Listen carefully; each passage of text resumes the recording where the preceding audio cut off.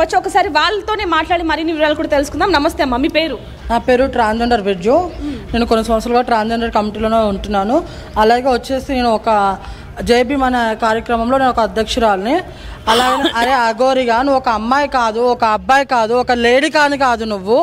అలాంటిది మా లాంటి ట్రాన్స్జెండర్ల మీద పెట్టుకొని నువ్వు కించపరిచే మాటలు మాట్లాడుతున్నావు.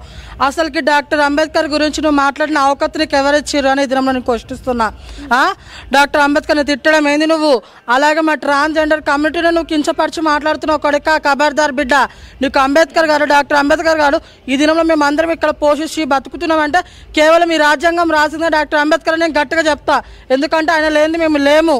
అర్థమవుతుందరా? నువ్వు ఇంకొకసారి కొడుక మా డాక్టర్ అంబేద్కర్ జోలికి వస్తే ఈ సమాజంలో నేను ఊరుకునేదే లేదు. నువ్వు ఏడుంటాడో నేను ఉంటా కొడుక. అర్థమవుతుందా? నీకు 2-3 సార్లు వార్నింగ్ ఇవ్వడం జరిగింది నేను. అర్థమవుతుందా? ఇదే లాస్ట్ ఫైనల్ వార్నింగ్. నువ్వు ఎమర్జెంట్లీగా ఇక్కడ వచ్చి నువ్వు లొంగిపోతే లొంగిపోయినట్టు. నా కొడుక నువ్వు లేకపోతే నీ అంతు చూసేదాకా మేము వదిలిపెట్టే పరిస్థితి లేదు. మాకు యూరియన్ పోదారా?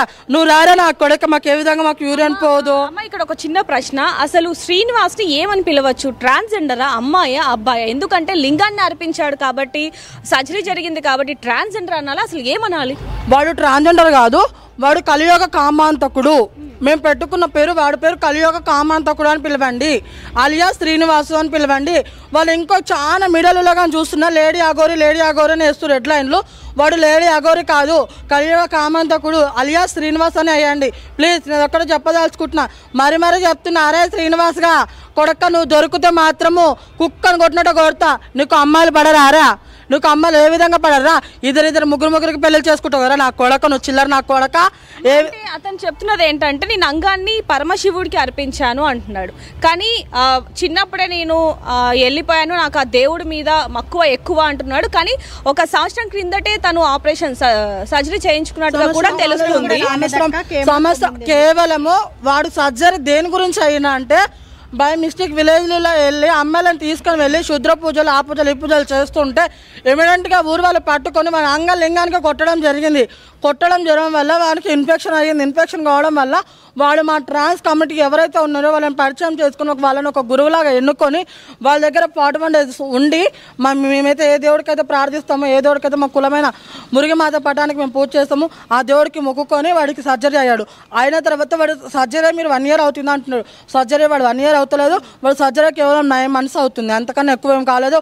అరే కొడుక, నువ్వు ఇంకొకసారి వీడు ఏమంటున్నాడు, మాకు ట్రాన్స్జెండర్స్కి యూరిన్లోకి పినిస్ కానీ పోదు అని అంటున్నాడు. అరే నువ్వు రారా, నువ్వు నా కొడుక, మాకు యూరిన్ కాదు, నీకు ఏది బొమ్మని అది పోయిస్తాం రా మా లోపల, సరేనా? నువ్వు రా నా కొడుక. అరే నువ్వు కొజ్జోడు కాదు, నువ్వు మొగోడు, పచ్చి మొగనోడుకుడు నువ్వు మొగోడా. అర్థమవుతుందా? వీడు ఇంకోడు కలియాగ కామాంతకుడు. వీడు నాకు అమ్మాయిలు నచ్చరు అన్నారు. అదే మీడియాలో ఒక అమ్మాయిని మీరు మస్తు అందంగా ఉన్నారు, మీ అందానికి నేను ఫిదా అయిపోయినా అన్నాడు. అదొకటి. మనం వాయిస్ రికార్డింగ్ కాల్ విన్నాము రీసెంట్లీగా. అమ్మాయి ఫస్ట్ మొదటి భార్య అంట. మొదటి భార్య అని వచ్చి మొదటి భార్య అని చెప్పుకుంటున్నావరా నాయన?